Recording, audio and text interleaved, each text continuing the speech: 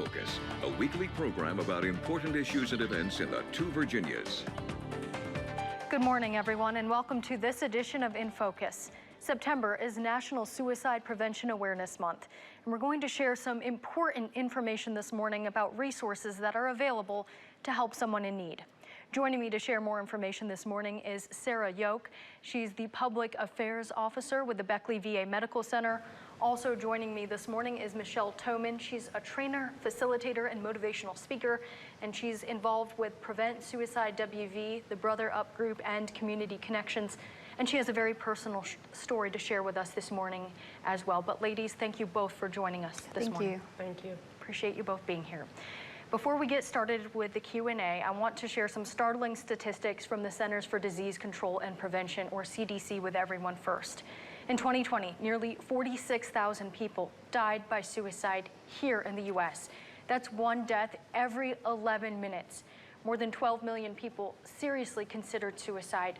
More than 3 million made a plan, and 1.2 million adults attempted it.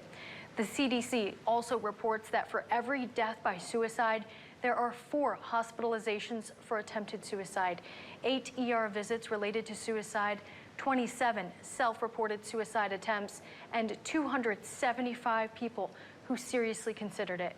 And this is the latest data available, and it's for adults 18 and over. There's also data from the U.S. Department of Veterans Affairs that about 22 veterans a day commit suicide. So Sara, I'll start with you. Why is it important to have Suicide Awareness Prevention Month in general, and also for veterans? So our campaign for this year is Don't Wait, Reach Out. So it encourages veterans to seek out mental health care before their issues have snowballed to a point where they are in crisis. So that's our message for veterans and for caregivers and family members and people surrounding veterans, that we don't want them to get to the point where they're so desperate that they're thinking of taking their own life. But if someone does reach that point, the education piece is so important for someone who might encounter a veteran who is in crisis, and how they can effectively help them in the moment and then in the future. Yeah. Well, I'm glad you mentioned the education component. How can someone help a veteran who might be in crisis? What should they look out for, Sara?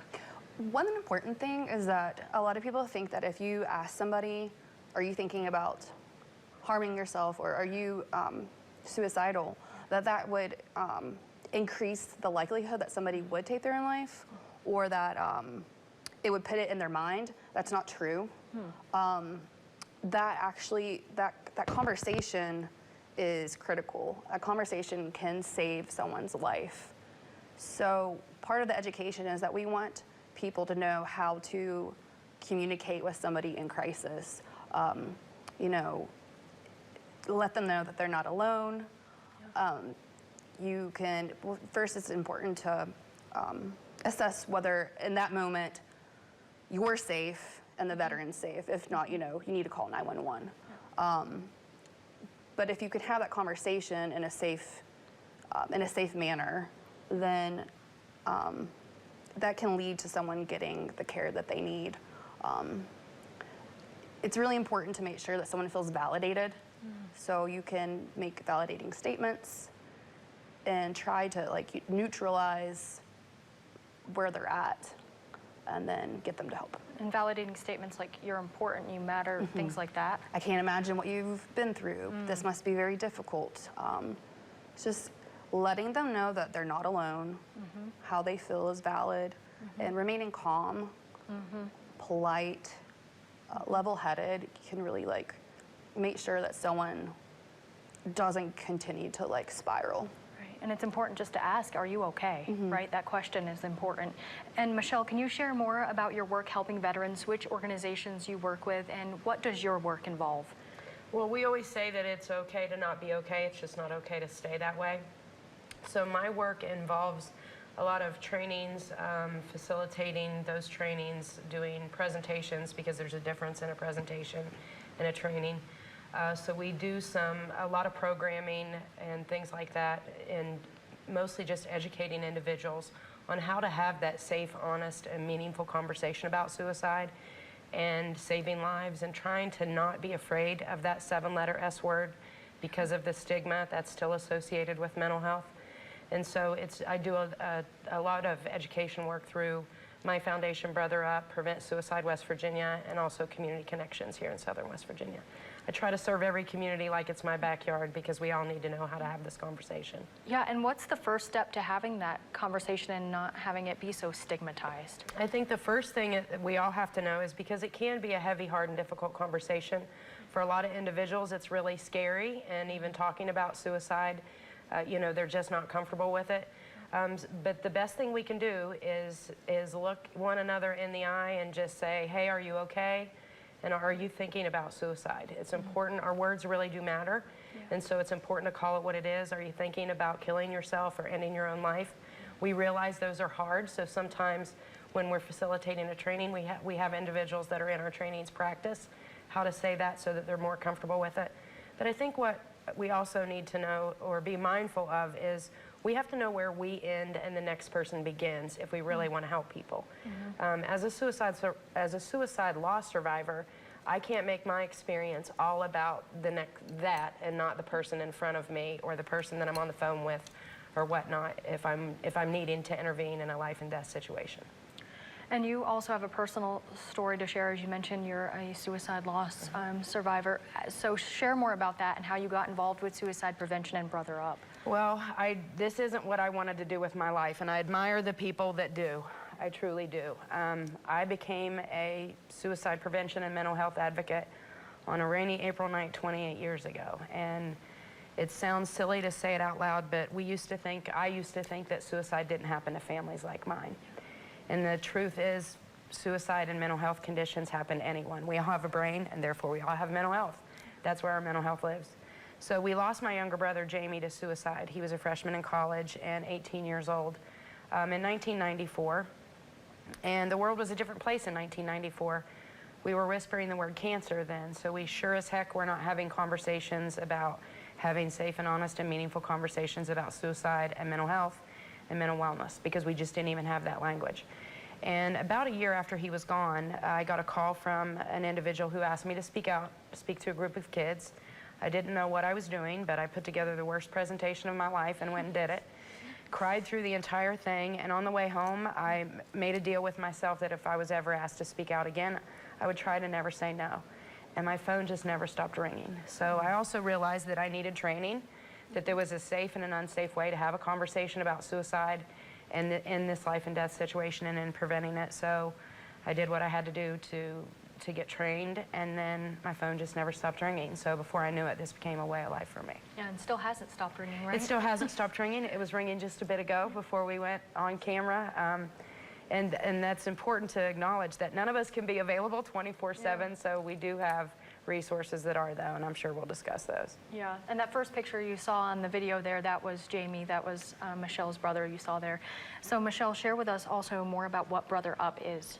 So Brother Up is just the entity that I started doing my suicide prevention efforts under, breaking the silence on suicide, you know, promoting life and trying to do suicide prevention, whether it was a talk at a 4-H group or a church youth group, or a training those who answer the lifeline in West Virginia, or school staff. It's Brother Up is something my brother used to always say, brother up, sister, and I would say back, sister up, brother.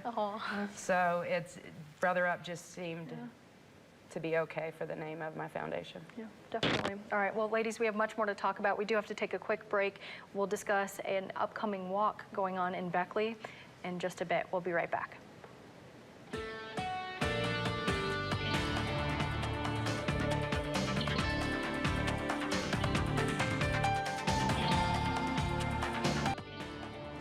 Welcome back to this edition of In Focus, everyone. This morning we've been talking about Suicide Prevention Awareness Month, which is recognized in the month of September. So we're going to continue that conversation now. Sarah, what are some of the warning signs that a veteran or anyone in general that they might be contemplating suicide? If you see a dramatic shift in mood or behavior, that can be an indication. Someone might be getting their affairs in order, giving away possessions, or rehoming a pet.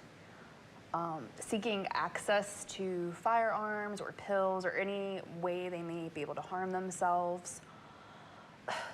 It's just usually that dramatic shift. It's really important to be kind of like observant. If you're worried about somebody, if they're making plans, it seems like that the theme would kind of be like final. I think that's when, again, don't wait, reach out. Whether it be a veteran reaching out for help or it's time to respond and to intervene and to have this important conversation using words that are specific. And you also have a personal story. Would you mind sharing that with our viewers? Sure. I'm an Army veteran. I served in Afghanistan in 2009. And having served in the military, this topic is prevalent. And I'm glad to see through time that, in my case, Army leadership has made this a very important topic when we were at drill or whatnot. I had suicide prevention training while I was in the West Virginia Army National Guard. A really good friend of mine committed suicide in July 2018. And he was a individual that if you looked at him, he had it all together. He was a mentor, he was a leader in so many aspects, but he was internally suffering and struggling, and he took his own life. So I'm very passionate about educating people and taking down those barriers of stigma because it's important. We don't need to be afraid of this topic. Fear leads to lives being lost. Right. Right, and like you said, it can even be the happiest individuals, the people who seem like they have it all together, but inside they're hurting. Yeah, it was a shock when that happened. So if anyone can educate themselves and one life can be, saved, and then all the loss and the hurt and the grief that happens after someone takes their lives, it's a ripple effect. Yeah, right, impacts family, friends, coworkers.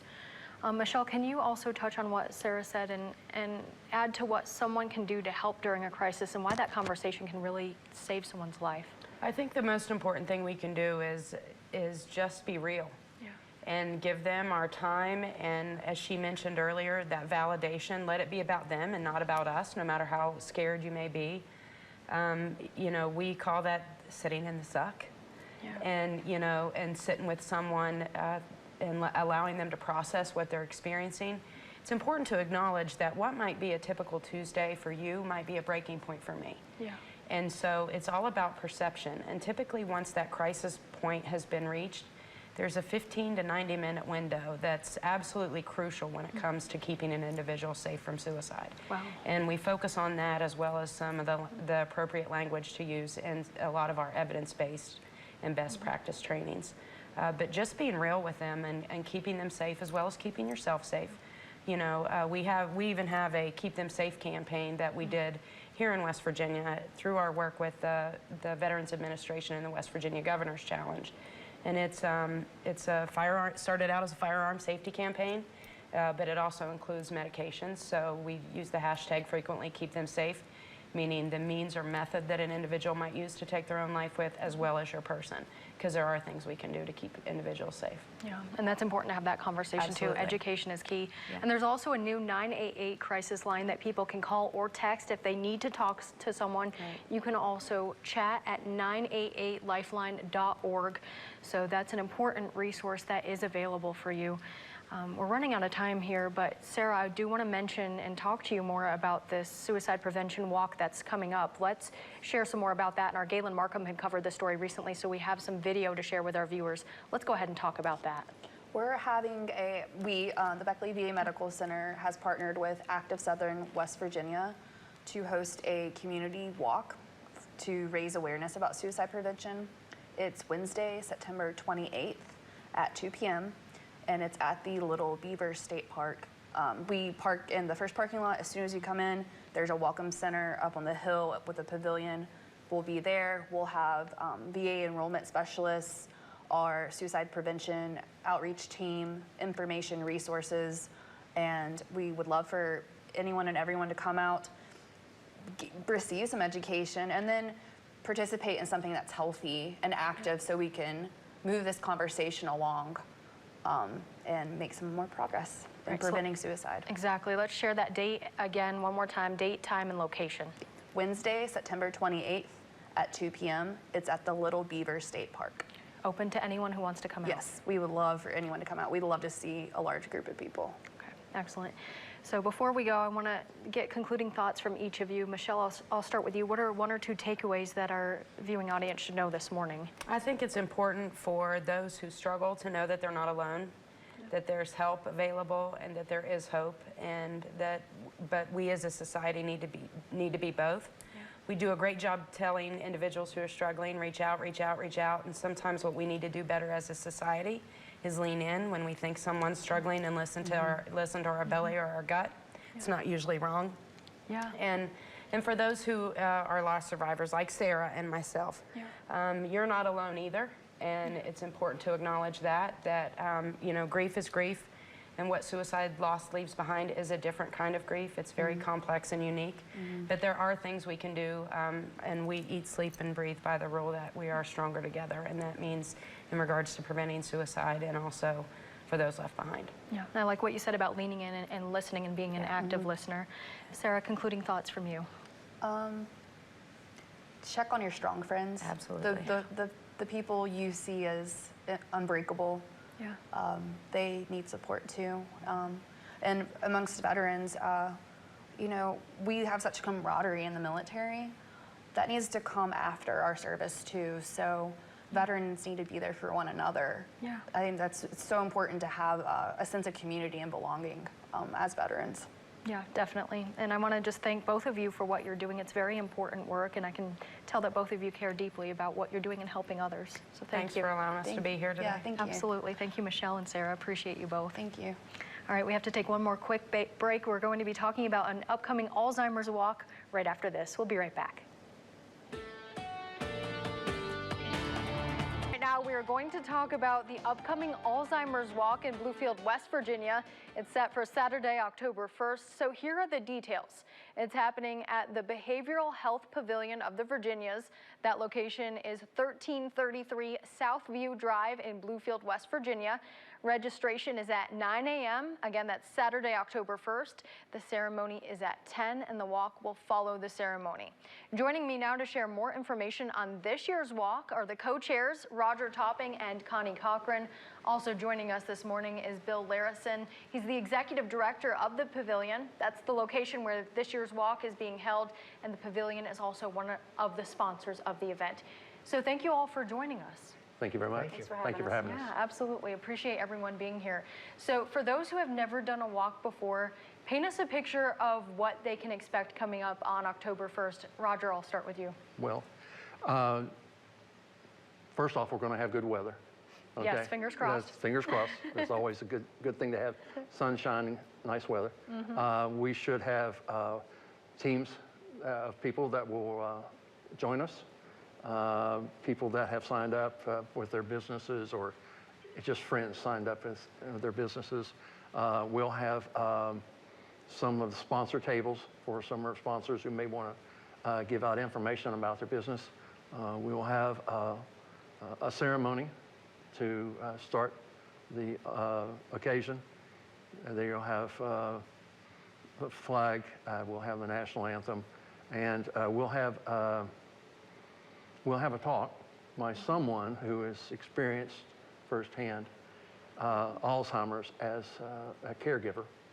And then we'll have flowers. There's a little pinwheel-like flowers, and each of the colors has a little different representation of whether you know a family member or you had a friend, you know, so they're recognized by different colors. If you have had a spouse, then there'll be a different colored flower, and they'll be passed out to people. And then we'll do the walk, and we'll walk around the outside of the pavilion in the parking lot.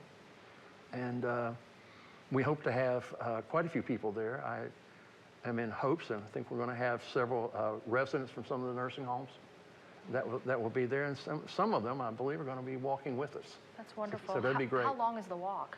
About 3/4 of a mile if we do the whole not bad. perimeter of the parking lot. Okay. So yeah. it's not a big walk, but it's the symbol of Yeah, what we need. right, and it's just being a part of it and Absolutely. participating. So Connie, how much does it cost to register, and what is this year's goal? There's no registration fee. Anyone's welcome to participate. We do encourage folks to who may register a team to raise money for awareness and the plight of the Alzheimer's Association, but it's not required. So folks are certainly welcome to come and to participate, join in, and have a good time and share some information. And Mr. Larison, maybe you can answer this question for us. Why is it important to have a walk like this in our area, and specifically for it to be at the pavilion in Bluefield? Well, first off, to have the walk is very important for public awareness. There's, how many did you say we have in West Virginia with Alzheimer's? We have over 39,000 now with Wow. Alzheimer's, expecting 44,000 by the year 2025. That's so sad. And the pavilion is a behavioral health hospital, and we have one unit that many of our patients have Alzheimer's.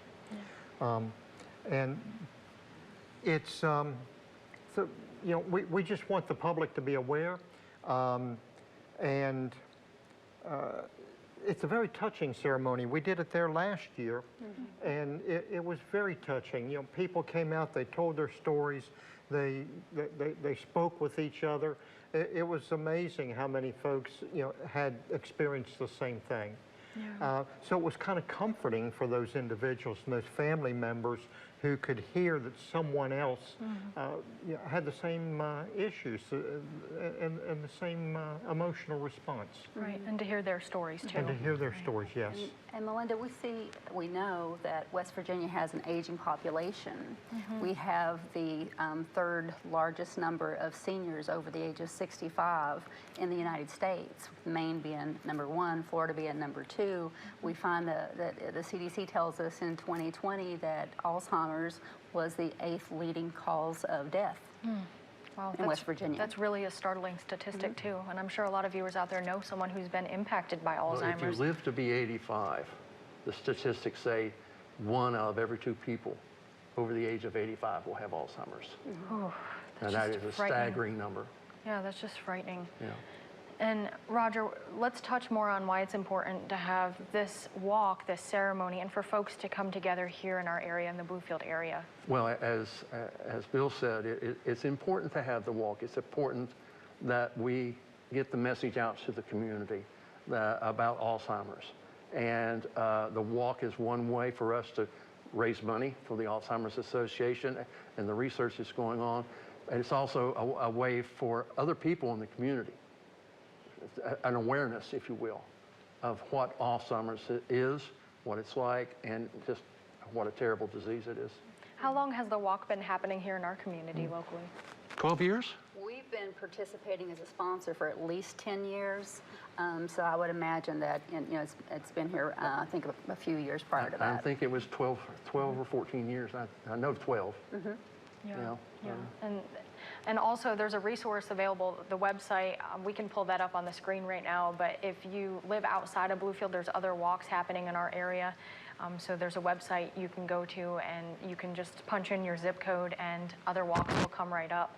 But this event is open to anyone, right? Families, children, grandparents, parents, anyone who wants to come. Yes. Absolutely. They're all invited. You don't have to even know anybody that's got Alzheimer's. If you want to know more about it, come.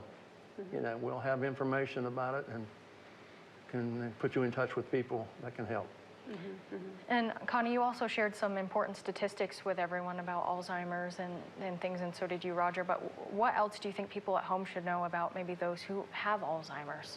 Well, I think that folks should realize that there is a West Virginia chapter of the Alzheimer's Association. They do have a 24/7 support line that folks can call into and ask for additional resources or talk about their concerns and maybe be linked with some local services and resources.